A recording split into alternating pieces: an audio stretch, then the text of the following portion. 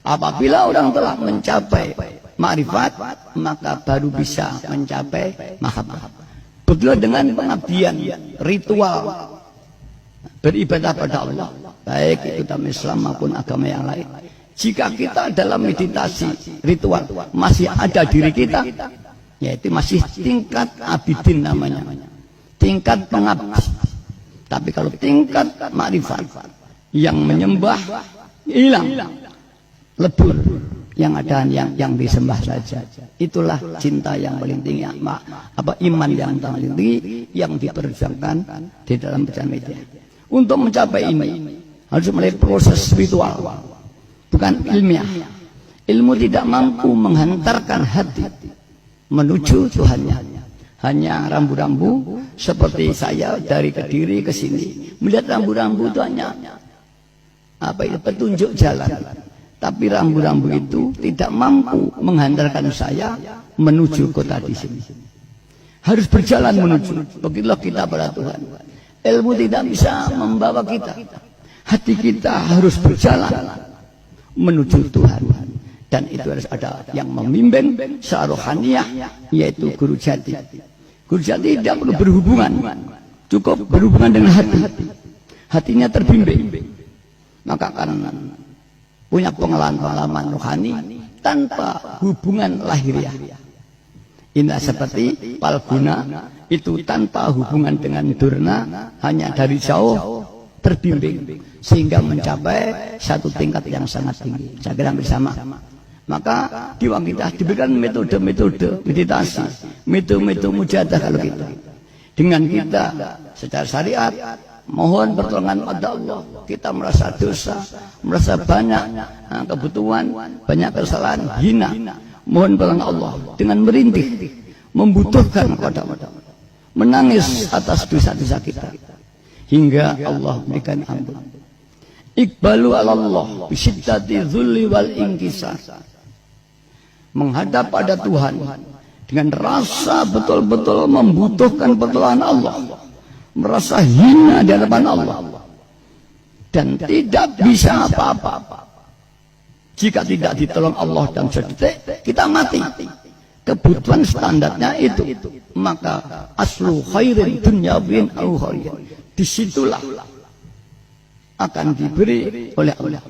Dan jika orang telah menyatu betul, maka dikatakan dalam hadits qudsi, la yazalu min abdin, tidak henti-hentinya dari hambaku, kata Tuhan, yataqarrabu ilayya, mendekatkan diri kepadaku, bin nawafil, dengan amalan-amalan sunnah, berhari-hari, berminggu-minggu, kalau perlu bertahun-tahun,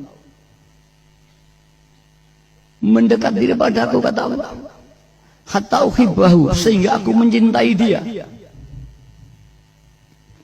Ketika aku telah mencintai dia, aku jadi matanya ketika dia melihat, aku dari kakinya ketika dia berjalan, aku dari lesannya ketika dia berkata, aku dari kehendaknya ketika dia berkehendak. Maka orang ini akan dibukalah kekuatan Tuhan yang diucapkan akan jadi, yang dikehendaki akan terjadi, karena tidak ada satu makhluk dunia yang mampu menghalang-halangi kehendak Tuhan itu sendiri. Para hadirin yang hormat, dikatakan lagi, jika seorang ini betul-betul hamba Tuhan dengan murni, tidak dicampuri persekutuan dengan dirinya, persekutuan dengan yang lain, makhluk semua akan menghambakan diri pada orang itu. Semua diperintah datang, pergi. Makhluk semuanya akan tunduk pada dia sebagaimana dia tunduk kepada Allah SWT. Maka orang ini sudah tidak membutuhkan kesaktian lagi, tidak membutuhkan ampuh lagi, tidak membutuhkan azimat lagi, karena dirinya sebagai perwujudan dari Tuhan itu sendiri. Para hadirin yang berhormati, sayang, ego kita, nafsu kita masih banyak menghalangi kita, sehingga hanya bahkan ilmu kita menghalangi kita menuju Tuhan. Karena makin banyak ilmu, makin ego manusia itu. Makin banyak pengetahuannya, makin ego. Makin banyak hartanya, makin ego. Makin tinggi kekuasaannya, makin ego. Dan semua itu penghalang menuju Allah SWT. Karena itu mari di malam hari ini kita bersihkan hati kita dari anasir-anasir hati.